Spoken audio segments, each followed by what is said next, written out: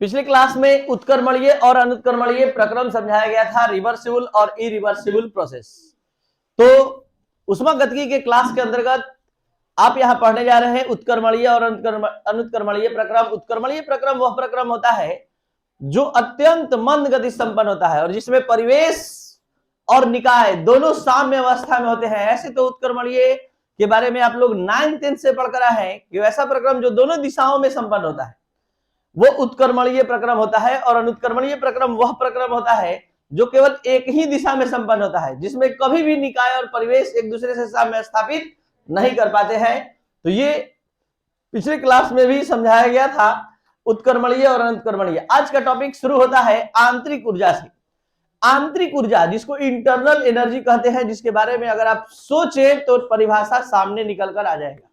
आंतरिक ऊर्जा किसी भी पिंड या निकाय या तंत्र के अंदर कुल निहित ऊर्जा को, कुल संचित ऊर्जा को क्या कहते हैं? आंतरिक ऊर्जा।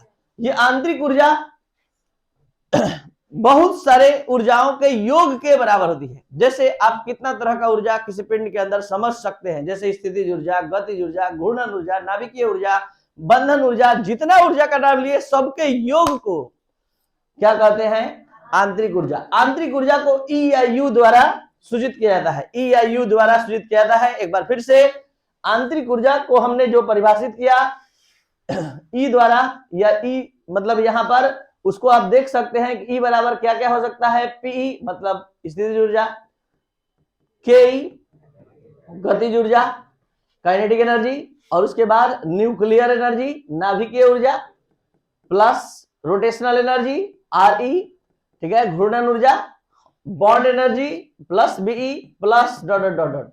बहुत सारे ऊर्जाओं के योग को हम क्या कहते हैं?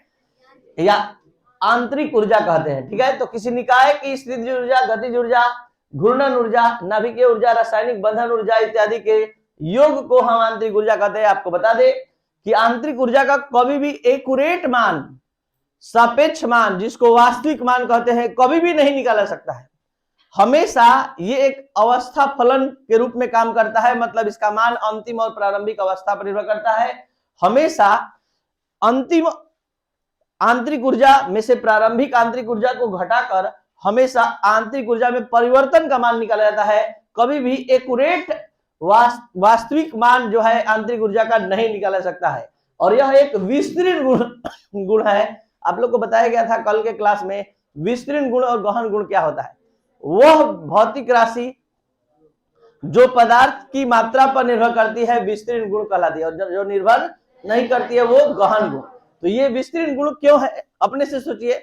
पदार्थ कम होगा तो उसके अंदर संचित ऊर्जा कम होगी, पदार्थ अधिक होगा तो उसके अंदर संचित ऊर्जा क्या होगी? अधिक होगी। तो सीधे सीधे पता चल रहा है कि यह एक क्या है? विस्तृत गुण है, गहन गुण नहीं है।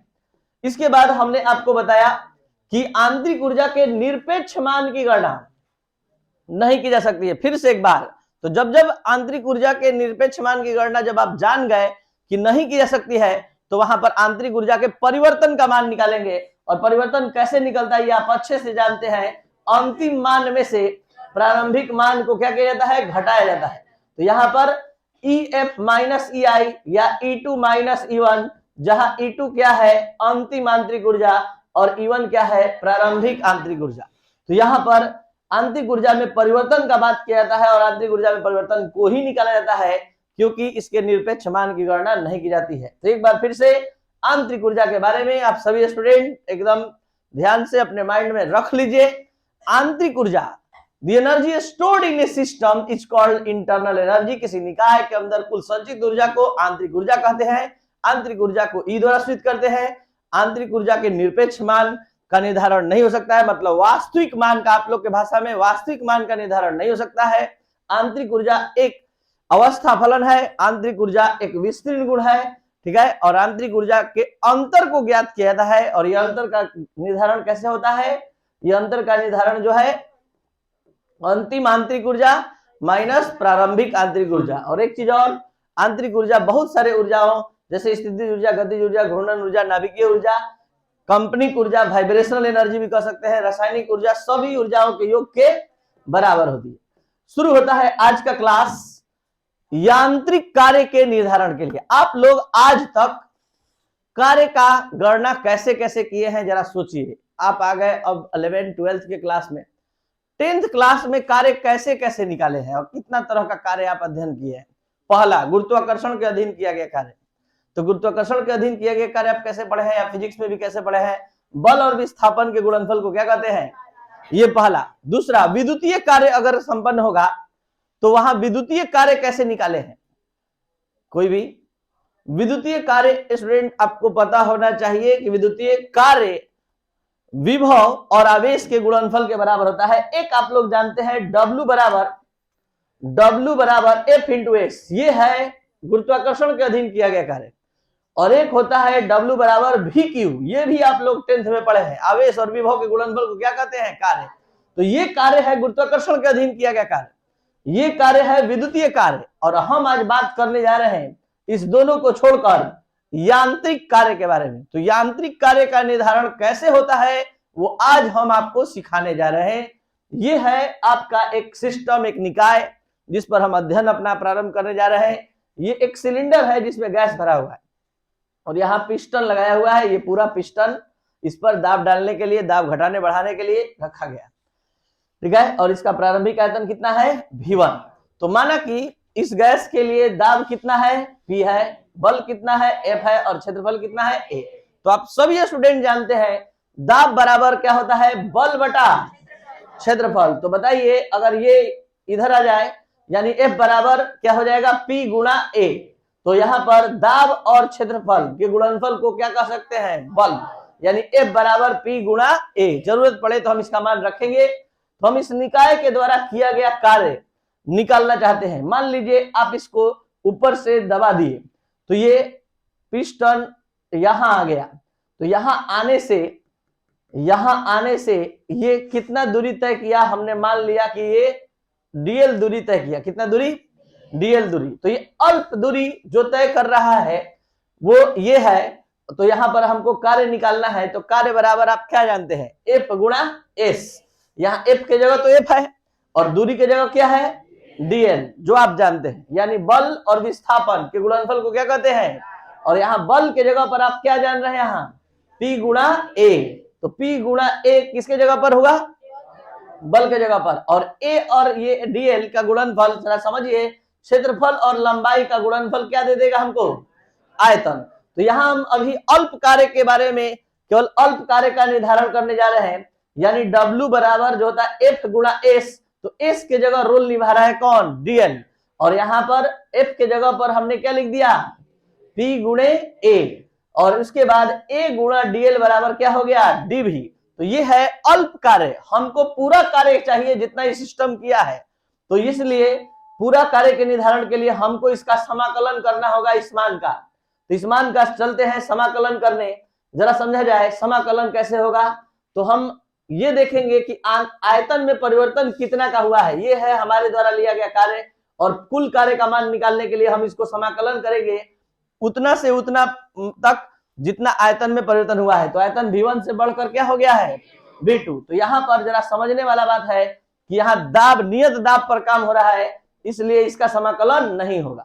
तो अब आपको dv, ये निम्न सीमा V1 और उच्च सीमा क्या है, V2। क्यों कर रहे हैं हम ऐसा, कुल कार्य का मान निकालने के लिए। और कुल कार्य का मान हम निकालने जा रहे हैं, लेकिन उससे पहले थोड़ा सा आप हमको बता दीजिए कि क्या आप लोग ये सूत्र जानते हैं, इंटीग्रेशन साइन dx, निम्न सीमा x1 और उच्च सीमा x2, तो क्या हो जाता है, एकदम सही, x2 माइनस। जो बायो के स्टूडेंट है थोड़ा सा और आपको हमारा साथ चाहिए तो लीजिए, जल्दी से बताइए। dr निम्न सीमा R1 उच्च सीमा R2 बराबर उच्च सीमा माइनस निम्न सीमा। आ गया समझ में। जब ऐसा तब होता है सूत्र जब यहाँ पर ये इंटीग्रेशन जो होता है वो निश्चित समाकलन होता है, कांस्टेंट मतलब डिफिनिट इंटीग्रेशन होता है। ये डिफिनिट इंटीग्रेशन इसलिए है क्योंकि यहाँ सीमा तय है V1 से लेकर V2 तक, और इसको लोअर लिमिट बोलते हैं और इसको अपर लिमिट, इसको निम्न सीमा और इसको। तो जल्दी से लिखवा दीजिए, क्या लिख दे हम, एकदम सही, V2 माइनस। तो इस तरह से हम लोग कार्य की गणना कर लिए और कार्य की गणना आपके सामने आ चुका है। W बराबर P डेल्टा V। तो ये कुल कार्य की गणना हमने कर लिया और W बराबर क्या आ गया, P डेल्टा V। तो आज एक कार्य का नया सूत्र आपने सीखा। आप W बराबर FS पढ़े थे, W बराबर VQ पढ़े थे और अब पढ़ लिए W बराबर P डेल्टा V। ये कौन सा कार्य है, यांत्रिक कार्य। और विद्युतीय कार्य होता है तो आवेश गुणे विभव, ठीक है, VQ। और अगर गुरुत्वाकर्षण का अधीन कार्य होता है तो F गुणे S। अब एक बार शुरू से अंत तक हम लोग समझेंगे, फिर उसके बाद मेन कॉन्सेप्ट इस टॉपिक का हम देने जा रहे हैं। जरा ध्यान दीजिएगा, जहां अक्सर स्टूडेंट लोग मिस्टेक करते हैं। अभी हम पहले फिर से इसको पहले पढ़ा लें। दाब आयतन कार्य संबंध, मतलब इस टॉपिक का अर्थ थोड़ा समझिए। आप उस कार्य का बात करने जा रहे हैं जो दाब आयतन से संबंधित रहेगा, न कि बल और विस्थापन से, न कि आवेश और विभव के गुणनफल से। आप उस कार्य का निर्धारण करने जा रहे हैं जो दाब और आयतन पर डिपेंड करेगा, दाब और आयतन पर निर्भर करेगा, ठीक है। तो यहां पर देखिए, माना कि दाब बराबर P, बल बराबर F और क्षेत्रफल बराबर A। तो P बराबर हो गया F बाई A, बल बटा में क्षेत्रफल, बल बटा में क्षेत्रफल। तो यहां पर बल बराबर हो गया P गुणा A। तो आप समझ सकते हैं निकाय के द्वारा किया गया कार्य, अल्प कार्य यहां निकाल रहे हैं क्योंकि डीएल डिस्टेंस केवल तय किया है, मान लिया है। तो F गुणा डीएल, यहाँ बल गुणे विस्थापन है तो F के जगह पर हो गया P गुणा A। तो ये कैसे आया, कहां से आया, यहाँ देखिए, यहां से आया। उसके बाद इंटू डीएल। अब यहाँ क्षेत्रफल और लंबाई, कभी भी क्षेत्रफल में मीटर स्क्वायर में मीटर से गुणा करते हैं तो मीटर क्यू, और मीटर क्यू किसका यूनिट होता है, या आप क्षेत्रफल का लंबाई स्क्वायर याद करते हैं तो आयतन का एल क्यू, यानी इसी में एल से गुणा कर देंगे तो ये क्या हो जाता है, एल क्यू, यानी क्षेत्रफल बदल जाता है किस चीज में, आयतन में। तो इतना आना चाहिए, ये क्षेत्रफल और लंबाई से गुणा होकर आयतन बदल गया। अब हमको कुल कार्य का मान चाहिए। कुल कार्य का मान प्राप्त करने के लिए आयतन में कितना परिवर्तन हुआ है इस बात का ध्यान दिया गया है। तो आयतन में परिवर्तन V1 से V2 तक हुआ है, इसलिए हम इसको समाकलित कर दिए V1 से V2 तक। और अब यहाँ ये नियत होने के कारण ये इसका समाकलन नहीं हुआ, ये बाहर आ गया। एक बार उच्च सीमा आया और माइनस करके निम्न सीमा आया, और ये दोनों आयतन का अंतर है P डेल्टा V। अब जो चीज बताने जा रहे हैं ध्यान देंगे अच्छे से। एक होता है तंत्र द्वारा किया गया कार्य, एक होता है तंत्र पर किया गया कार्य। तो तंत्र द्वारा किया गया कार्य, ये तो कार्य का हम सूत्र ला दिए, लेकिन अब इसमें समझना क्या है कि जब ये सिस्टम खुद काम करेगा, यानी गैस खुद फैलेगा, तो गैस जब फैलेगा तो आप सोचिए पिस्टन कहां जाएगा, ऊपर। तो आप खुद काम करेंगे तो ऊर्जा तो आप ही का ना लॉस होगा। तो जब तंत्र खुद काम करेगा, आप स्वयं काम करेंगे, आप स्वयं पैसा खर्च करेंगे, तो आपके पर्स में ही ना पैसा कम होगा, यानी लगातार ऊर्जा कम होगी। तो उस खर्च ऊर्जा के कारण हम यहाँ कार्य के मान को किस चीज में दिखाएंगे, माइनस में। माइनस में क्यों दिखा रहे हैं, क्योंकि हम कर रहे हैं मतलब लगातार काम कर रहे हैं, तो ऊर्जा क्या होगी, खर्च होगी। तो जब तंत्र खुद काम करेगा तो ऊर्जा का क्या होगा, ह्रास होगा। तो इसलिए हम उसके कार्य को किस चीज में लिखते हैं, माइनस में। अब जरा ध्यान देंगे, अगर तंत्र पर कार्य किया जाएगा, यानी work done on the system का बात होगा, यानी पिस्टन को ऊपर से हम दबाएंगे, वो खुद काम नहीं करेगा तो नीचे की ओर जाएगा, यानी तंत्र पर कार्य होगा, तो वहां पर जो कार्य का मान होगा वो ऊर्जा ग्रहण करेगा, इसलिए वहां पर क्या होगा, प्लस। तो दो बात हुआ, तंत्र पर किया गया कार्य, तंत्र द्वारा किया गया कार्य। क्वेश्चन में अगर तंत्र पर किया गया कार्य होगा तो कार्य का मान, कार्य का सूत्र होगा W बराबर P डेल्टा V। तंत्र द्वारा किया गया कार्य होगा तो W बराबर माइनस P डेल्टा V। अब तीसरा चीज जरा सोच समझकर फिगर देखते हुए जवाब दीजिएगा। गैसीय प्रसार के दौरान किया गया कार्य, जरा सोच के देखिए, गैसीय प्रसार कब होगा, जब गैस खुद ढकेलेगा पिस्टन को। तो खुद ढकेलेगा ऊपर की ओर, तो एक तरह से वही ना हुआ, गैस तंत्र के द्वारा किया गया कार्य। गैसीय प्रसार कब होगा, गैस फैलेगा कब, जब पिस्टन ऊपर जाएगा, और पिस्टन तभी ऊपर जाएगा जब खुद काम करेगा, और खुद काम करेगा तो बोलिए क्या होगा, तीसरी स्थिति में भी गैसीय प्रसार के दौरान किया गया कार्य का मान। और अब आइए, जब आप खुद या कोई भी अगर इसको ऊपर से प्रेस करे, यानी गैसीय संकुचन हो, गैस सिकुड़ेगा कब, जब पिस्टन नीचे आएगा, और नीचे कब आएगा, जब आप काम करेंगे। यानी उस पर तंत्र पर किया गया कार्य। तो यहाँ पर गैसीय संकुचन के दौरान किया गया कार्य किस चीज में हो जाएगा? इसी बात को यहाँ पर बढ़िया से लिखकर समझाया गया है, ध्यान दीजिए। किसी निकाय या तंत्र द्वारा किया गया कार्य का मान सदैव, किसी निकाय या तंत्र पर किए गए कार्य का मान सदैव, सूत्र बदलते जा रहा है। गैसीय प्रसार के दौरान किया गया कार्य, तो W बराबर गैसीय संकुचन के दौरान, संकुचन मतलब सिकुड़न, तो यहां W बराबर, कोई दिक्कत? लिखिए। बस इतना ही। अगर आपको अच्छा लगा ये वीडियो लेक्चर तो आप जरूर शेयर और सब्सक्राइब करें। Thank you.